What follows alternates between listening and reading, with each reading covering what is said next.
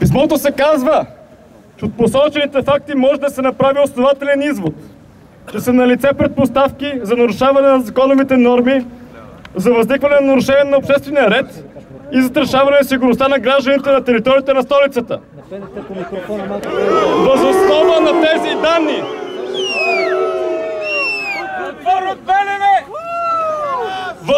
на тези данни и на основание член 13 алинея 1 от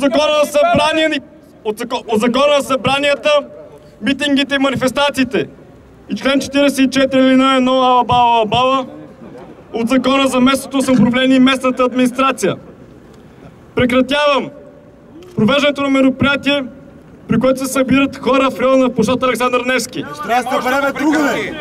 Нареждам на директора на СДВР и на организатор да изпълняват разпоредбата по член 13 алинея 2 от Закона на събранията алабала и да предприемат действия за преустановяване на мероприятието и да разотиване на участите в него.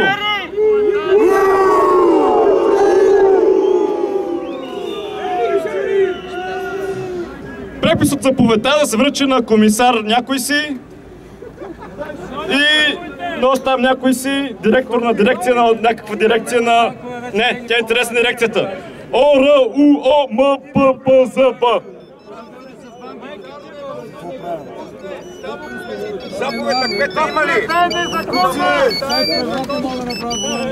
От тук нататъка, който пожелае, може да отиде до къщата на генерал Христо Луков, където ме информираха, че не било позволено да се събереме. Да, тази чест ни е оказана. Тази привилегия ни е оказана да се събереме.